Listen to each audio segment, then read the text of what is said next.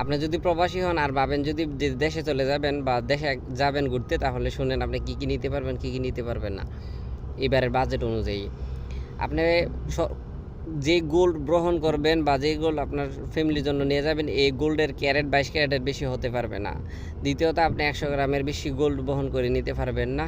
2টার বেশি mobile tax free নিতে পারবেন না। একটা মোবাইল নিতে পারবেন ট্যাক্স দিয়ে, টোটাল 3টা মোবাইল নিতে পারবেন আপনি।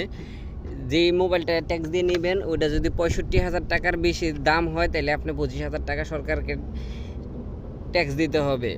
দ্বিতীয়ত, আপনি যদি যেই টাকাগুলো আপনার সাথে করে নিয়ে যাবেন, এই টাকাগুলো যদি আপনি চালাইতে চান, তাহলে 30% ট্যাক্স দিতে হবে সরকারকে।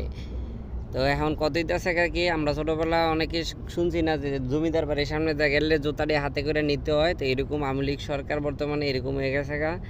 তারা বড় লোক বা মানুষ একটু ভালো ছিল এটা দেখতেই